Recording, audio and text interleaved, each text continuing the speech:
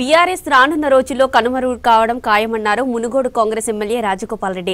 BRS నేతలను దేవుడు కూడా కాపాడలేరన్నారు. కిరోసిన్ దీపంతో చదివిన జగదీష్ కి వేల కోట్లు ఎలా వచ్చాయని ప్రశ్నించారు. కేసీఆర్ పార్టీలు మారితే తప్పులేదు కానీ ఇతరులు మారితే అభ్యంతరం ఏంటని మండిపడ్డారు రాజగోపాల్ రెడ్డి.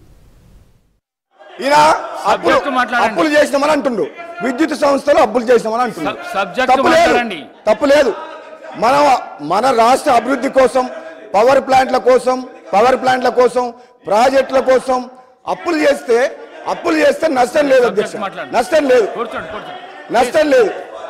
రాష్ట్ర అభివృద్ధి కోసం ప్రజల సంక్షేమం కోసం మన ఇన్ఫ్రాస్ట్రక్చర్ క్రియేట్ చేసేందుకు, ఇరిగేషన్ ప్రాజెక్ట్ చేసేందుకు, పవర్ ప్లాంట్ పెడుతేందుకు అప్పులు చేస్తే తప్పులేదు. కానీ అనవసరంగా యాదాద్రి పవర్ ప్లాంట్ కట్టొద్దు అని చెప్పిండ్రు.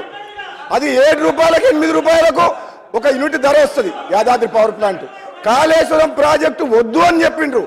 అనవసరంగా మిగులు బడ్జెట్తో ఉన్న రాష్ట్రాన్ని అప్పులు చేసి రాష్ట్రాన్ని అప్పుల పాలు చేసింది. మన రాష్ట్ర పరిస్థితి వేరు.